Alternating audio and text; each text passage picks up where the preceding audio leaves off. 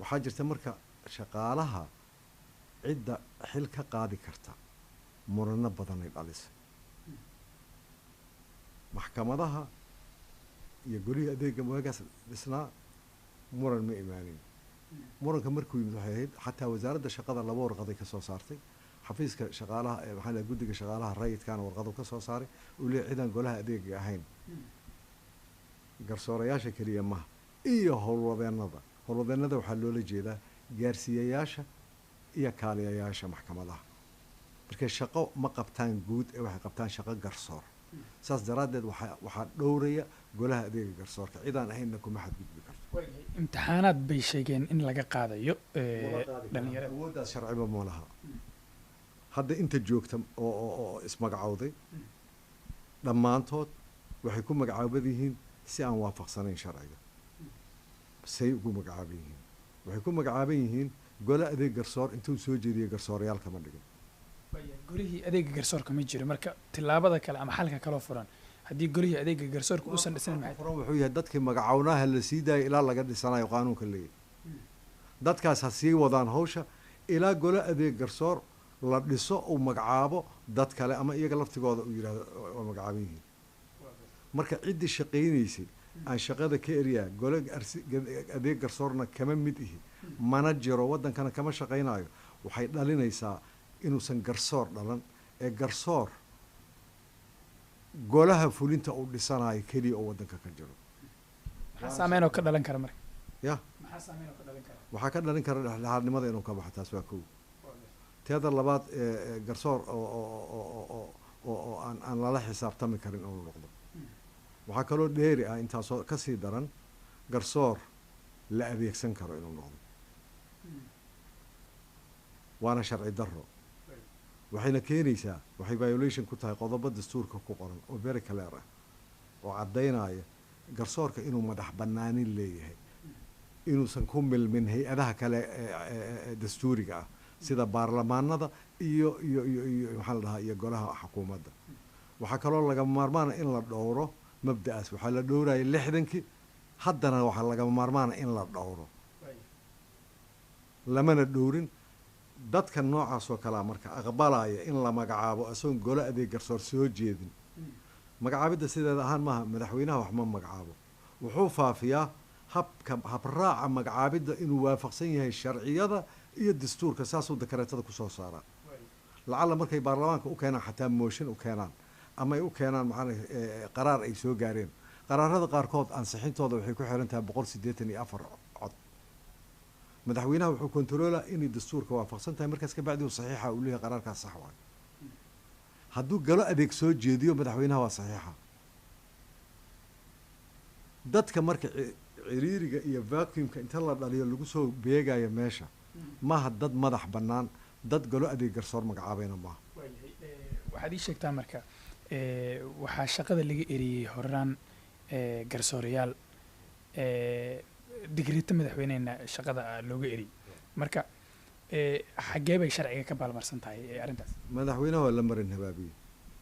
waxaa loo sheegay oo sabab laga dhigtay 2 sababood waxaa la yidhahdaa musuq maasuqay sameeyeen musuq maasuqay sameeyeen si loo yidhaahdo isla sharciga adeega garsoorka wuxuu qabaa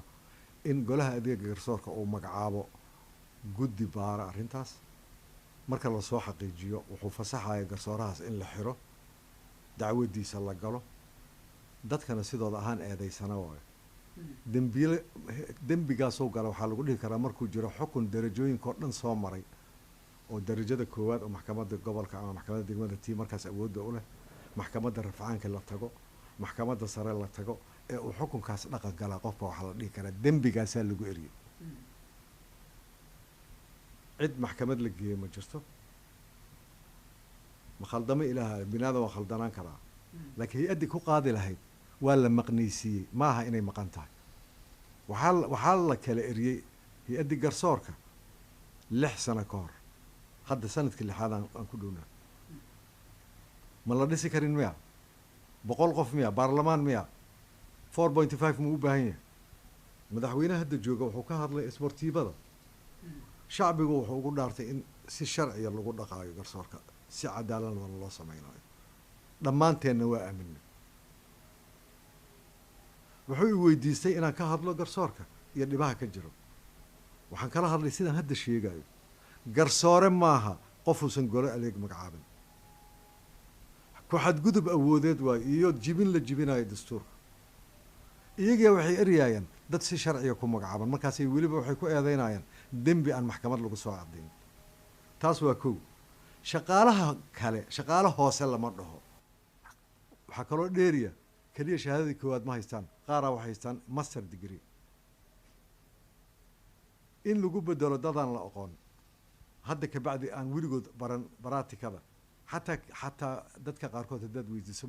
meeqo galayaala markaa dacwo la geysto ma kala yaqaan rubrica maxaa la yidhahda hadii la yihahdo maxaa la yihahdaa buugga abjadiga muxuu yahay haddii la yihahdo qaar aan aqoonin garsoorayaalna ah ninka garsooraha ee sharci darro ku magacaaban ee xukun ridaa waa la dacweyn karaa in loo banneeyo ciddii adeegsadeen ama ku sireen maadaama sharciga iyaga ay garanayaan ay u geeyaan wax brobosala way dhagreen boholay ka tuureen mana aha in laga aqbalo xukunkay ridaanna xaaraan waayo waxaa kaloo jirta wiilashan xafiiska shaqada ayaa mar loo dacwooday imtixaanaa laga qaada guddigaan marka la sameynaya waay waxaa la yidhi waxaa sameeyey ninkii hore guddoomiyaha maxkamadda sare ahaa ibraahim ili xafiiska shaqada waa usoo jawaabeen gole adeeg garsoor matiidaa la yidhi joog adiga kama qaadi kartid imtixaana isla xukuumaddaanaa joogtay maxaa loo dhihi waayo guddigaa ka qaadayo muxuu ra-iisul wasaaraha usoo gelaya muxuu madaxweynehu waxay uga istaageen wax sharciga qabo inay dumiyaanay diidanayn maxay tahay hadda marka maxaa loogu siraayaa waxyaabo qalada in la marsiiyo mid labaad garsoorayaasha hadda arrintaas ka shaqeeyey aniga kuwa cusub xataa uma arko in la siraan umaleeya ama la marin habaabiyo laakiin dad garsoorka samada uga soo degay ee garsoorka markaad tegaysa maxkamad degmo ilaa aad ka gaarto maxkamad gobol ugu yaraan waxay u baahan tahay 10 sano ugu yaraan ee ka bilaabay maxkamada kasii sarreeya kuwaas waa sharci darro waay waxaas